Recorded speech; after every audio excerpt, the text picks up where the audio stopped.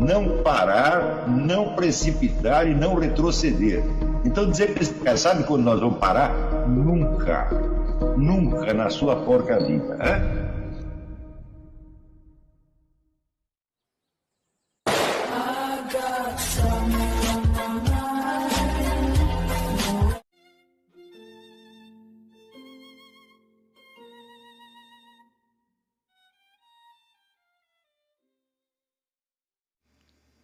E aí pessoal, tranquilo?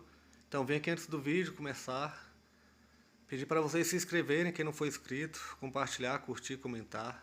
Quem puder seja membro do canal, que isso ajuda bastante. Tem também o link do Apoia-se. Quem puder ajudar nosso canal e apoiar financeiramente vai ser muito bem-vindo. Mas o mais importante é transmitir o conteúdo e os conhecimentos do professor Olavo de Carvalho para mais e mais brasileiros. Então compartilhe e ajude aí nossa causa. Muito obrigado a todos os membros, apoiadores do canal. Fico muito feliz. Tenho certeza que a gente está no caminho certo. Então fiquem com o vídeo e até mais. Valeu! Então, se o universo é eterno, ele não pode ter história interna. Ele não pode mudar. Então, quer dizer que para você apostar no hipótese evolucionista, você vai ter que apostar no Big Bang. Pela minha lógica, é assim. O universo é um processo, ou ele é uma estrutura estática. Então, eles não chegaram à conclusão nem sobre isto. Isso quer dizer que qualquer debate científico que você começa a acompanhar é uma coisa absolutamente horripilante. Porque você vê que a gente não tem certeza sobre coisa nenhuma. Né? E não temos sequer um senso de orientação baseado em obviedades primárias, como o habitante da Europa na Idade Média tinha. Porque, de fato, aonde quer que o sujeito esteja, ele está no centro da cruz de 6 pontas, né? E há uma fonte de luz que se move de algum modo. Ele tem que estar nisso. Todos nós sempre estivemos nisso. E qualquer descrição do cosmos que você faça baseada nisso será sempre certa, de algum modo. Embora, com base nela, você não possa prever nenhum acontecimento concreto. É a mesma coisa que você está num barquinho e você tem um mapa perfeito do mundo, mas isso não lhe diz onde você está. Mas você sabe que em algum lugar do mapa você está. Então, a partir, então, da ideia do heliocentrismo, muito mal compreendida, e da divisão de qualidades primárias e secundárias, todo o senso de orientação que nós temos no universo depende de uma autoridade humana. Foi sempre assim.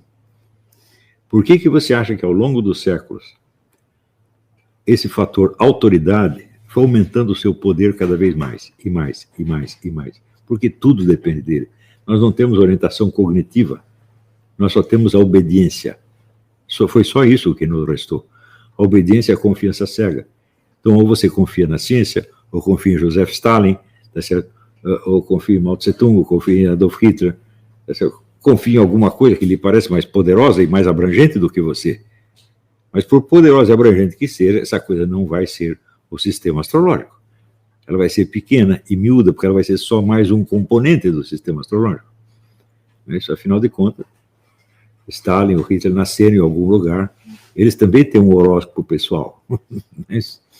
Então eles não podem ser o sistema inteiro. Mas, por uma espécie de esforço retórico, você pode apelar para uma espécie de hiperbolismo, né, e aumentar as dimensões dessas pessoas. Você vê na época em que esses homens viveram, né, Stalin era chamado o guia genial dos povos, não da Rússia, dos povos em geral. Né? E o Hitler era o Führer. O que quer dizer o Führer? É o condutor, o guia. Né? Ele era como se fosse a estrela que levou os reis magos para ver Jesus Cristo. Né? Então, o que é isso aí? Isso é uma ampliação imensa, é uma figura retórica, na verdade. E é isso que nos sobrou. Né? Nós realmente não temos outro senso de orientação.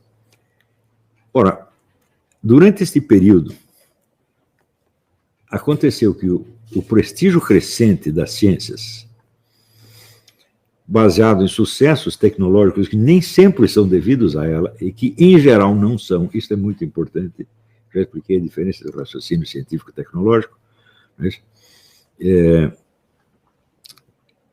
fez com que a ideia da ciência se tornasse a autoridade predominante.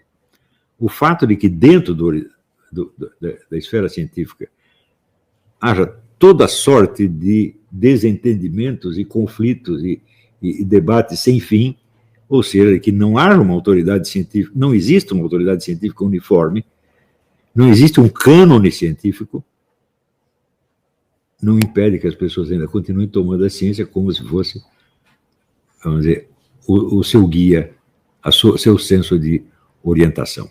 E, evidentemente, para efeitos populares, os conflitos dentro da esfera científica são varridos para baixo do tapete, para dar uma impressão de que todos os cientistas pensam igualzinho, de que está tudo certo, e de que existe uma doutrina científica. Não existe. Né?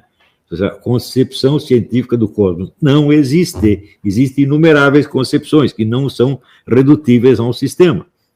Não existe, vamos dizer, um dogma científico. Né? Não existe uma doutrina uniforme que nós possamos seguir. Então, no que consiste a autoridade da ciência? A autoridade da ciência é a autoridade dos cientistas apenas, da classe científica. É a autoridade de seres humanos sobre outros seres humanos. Não a autoridade de uma verdade ou de uma doutrina. Não é isso, tá certo? Então, nós nos tornamos dependentes de pessoas que frequentemente confessam que não sabem do que estão falando. Eu já li inumeráveis físicos, eu citei o Feynman, mas muitos deles dizem assim, olha, a coisa mais perfeita que nós produzimos foi a física quântica, e nós não a entendemos. Então, se a coisa está assim, quer dizer, como é que o cara que não entende aquilo mesmo que ele está fazendo pode nos guiar? Né? Então, é justamente por causa disso, por causa da ausência de uma visão simbólica do cosmos, que nós nos apegamos cada vez mais à autoridade. Está entendendo? Acontece que o crescimento da autoridade da ciência, do poder da ciência sobre a sociedade, se voltou muito, não só contra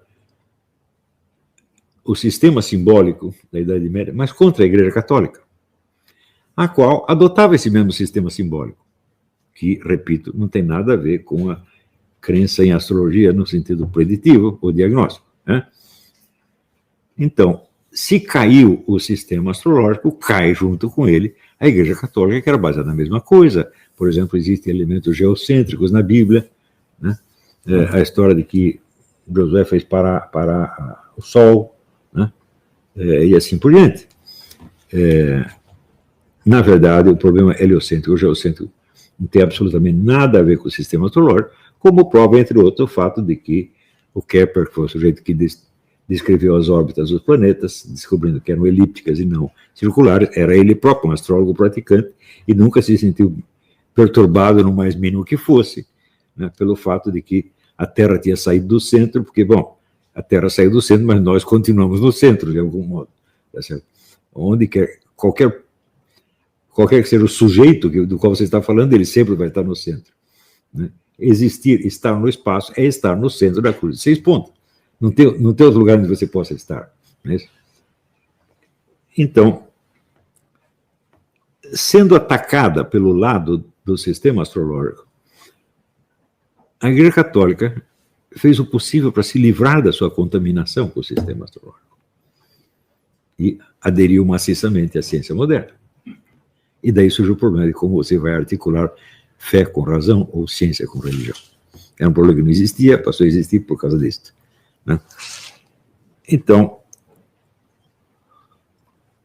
é claro que existem argumentos muito, muito legítimos para a Igreja recusar partes do sistema astrológico, até para recusá-lo inteiro, na medida em que esse sistema recebia, né, versões francamente heréticas ou pagãs, mesmo durante a Idade Média, tinha concepções gnósticas continuava existindo, as pessoas tratavam os planetas como se fossem deuses, etc. Mas, bom, este é um aspecto secundário da coisa, ele não está no centro do problema, né? Quer dizer, o centro da questão do sistema astrológico não tem nada a ver com a natureza dos planetas, né? Se eles são deuses ou são apenas corpos, etc. Santo Tomás de Aquino demonstrou por A mais B que o sistema astrológico está perfeitamente integrado dentro da religião católica, sem problema nenhum. Mas, quando o sistema astrológico era atacado ao mesmo tempo, né, por teólogos que estavam ansiosos para se livrar de um legado gnóstico pagão, e atacado, por outro lado, por cientistas, o negócio ficou difícil de defender. Então, a igreja fez o possível para mostrar para todo mundo que ela não tinha nada a ver com aquilo. Ou seja, ela tinha vivido desse sistema durante 1000 anos, né? Você vai ver que em todas as catedrais, você tem lá um zodíaco, você tem imagens tiradas diretamente do sistema astrológico, né? A própria estrutura das catedrais tem algo a ver com isso, né? E a estrutura das catedrais e a estrutura do pensamento escolástico toda. Quando aparece nas catedrais góticas, elas todas são baseadas num sistema de bifurcações, ou seja, num sistema tridirecional. Todos os arcos têm uma estrutura tridirecional. Tem um arco aqui e tem 2 que saem daqui. O que é isso aí? É a cruz de 6 pontas. Quando descobriram que isto podia ser a base da arquitetura, né, o que aconteceu? Alguns filósofos, vendo aqueles edifícios, ficaram impressionados com aquela estrutura, e eu não sei se consciente ou inconscientemente, começaram a estruturar os seus escritos e os seus ensinamentos na mesma base. Os tratados escolásticos são todos também construídos assim, na base da bifurcação ou da cruz de 6 pontas. É só você averiguar como Santo Tomás de Aquino trata das questões. Ele faz uma pergunta. Tal coisa é assim? Uns dizem que sim, outros dizem que não. Daí põe os argumentos que sim, argumentos que não, razões contrárias, etc. E vai fazendo essa bifurcação, se bifurcar novamente, até fechar embaixo numa estrutura sólida. Então, o Erwin Panofsky diz que os arquitetos medievais se inspiraram no pensamento escolástico, na lógica da bifurcação, mas eu acho que foi o contrário, pelo simples fato de que começaram a aparecer catedrais de estilo gótico antes de aparecer os primeiros textos escolásticos. E me parece mais razoável. Eu não sei se os arquitetos eram pessoas eruditas que estudavam filosofia, não sei isso, mas eu sei que os filósofos frequentavam as catedrais e as viam, pô. Então, eu imagino que foi o impacto da forma arquitetônica que os inspirou para construir as famosas sumas. As sumas são o gênero literário da universidade, por excelência, da universidade medieval. Né? E elas têm exatamente a mesma estrutura das catedrais góticas, que, por sua vez, tem a mesma estrutura central do sistema astrológico. Então, isso quer dizer, a religião católica ela está tão intimamente ligada a este negócio do sistema astrológico que não tem como separar uma coisa da outra. Tem como esconder. Então, na medida em que você rejeita a astrologia como atividade preditiva, como Santo Agostinho rejeitou, e o próprio Santo Tomás rejeita em parte, você pega e você joga o sistema astrológico no lixo junto com ele, quando uma coisa não tem nada a ver com a outra. Quer dizer, a astrologia como técnica preditiva ou diagnóstica é apenas uma aplicação entre milhares de outras do sistema astrológico, né? Então, você pode perfeitamente recusar a astrologia preditiva, mas você vai continuar se orientando pelo mesmo modelo do sistema astrológico, pelo simples fato de que não há outro, né? Mas isso não foi discutido seriamente.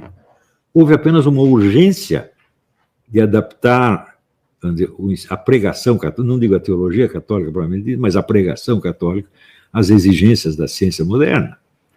Tá certo? Terminando até porque criar aberrações como o sistema do Teilhard de Chardin. Eles preferiram, em vez de, para não cair na acusação de gnosticismo ou de paganismo, né, por causa do uso do sistema solar, preferiam aderir a um sistema totalmente herético como o do Teilhard de Chardin, que é a mistura de evolucionismo com o cristianismo. Então,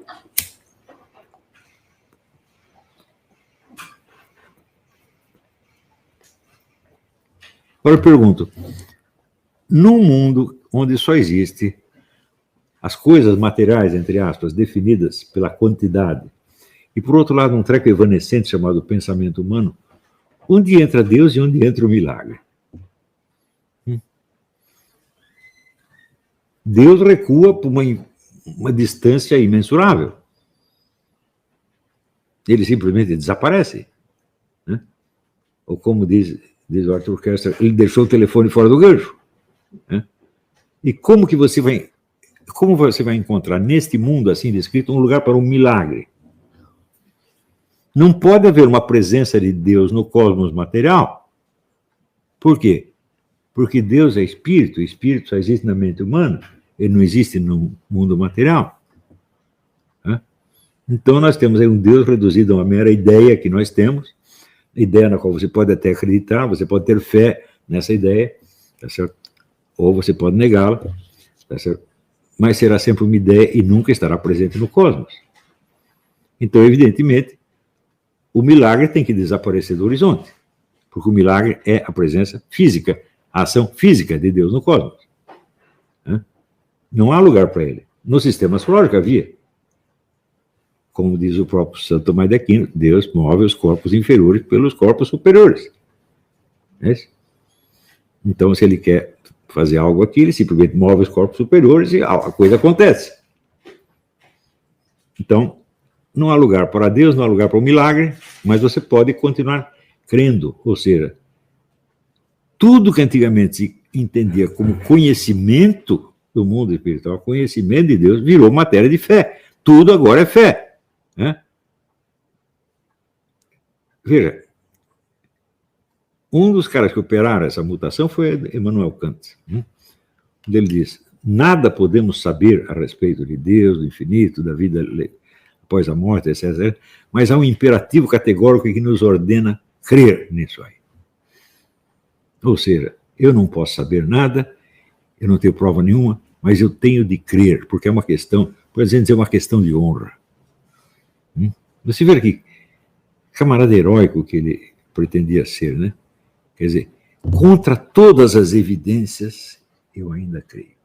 Olha que sujeito bacana que eu sou. Ele diz, se nós tivéssemos conhecimento, a fé não teria mérito. Quer dizer, eu tenho mérito superior a todo, porque eu não sei absolutamente nada, sou tão ignorante quanto você, mas eu creio. Ou seja, a vontade impera, soberana, sobre a própria realidade.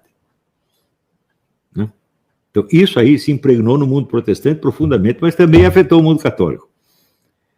E daí surge toda essa conversa mole de razão versus fé, ciência, religião, etc., que nem precisava existir. Né?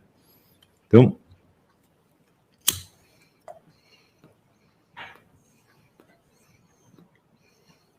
não havendo mais, portanto, vamos dizer, a síntese cristã que transmutava, por assim dizer, o sistema astrológico, ela recebeu o sistema astrológico pronto de outras épocas, mas ela o modulou da sua própria maneira e o transformou na forma simbólica da própria mensagem cristã. Não é isso? E ele se harmoniza perfeitamente com isso sem nenhum problema. Então, na medida em que desaparece a compreensão simbólica do cosmos e da vida, e só sobra, por um lado, a ciência com o seu universo material, e por outro lado, o pensamento e a imaginação humana, aonde vai se refugiar o simbolismo? Só nas invenções da imaginação, só na literatura.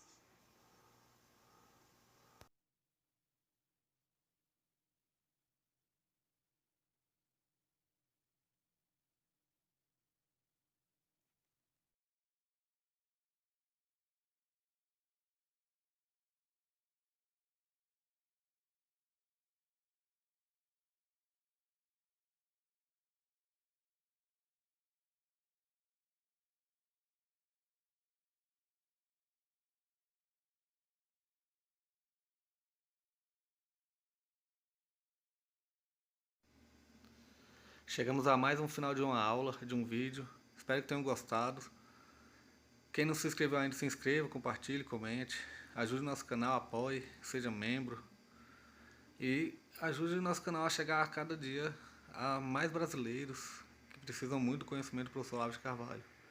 Então é isso aí, fique com Deus, até o próximo. Valeu! Então é isso aí, pessoal. Que é o nosso canal. Que são alguns livros que eu já li. A maioria foi doação, mas alguns eu adquiri, professor Olavo de Carvalho. Alguns livros se perderam aí que eu emprestei. Professor Alexandre Costa. A Bíblia Sagrada. 10 lições sobre Karl Marx. Indico a não ler esse livro, que é muito ruim mesmo. Alguns pensadores aqui que realmente, como o professor Olavo de Carvalho disse, não são pensadores. Valeu, tamo junto aí. Apoie nosso canal, seja membro.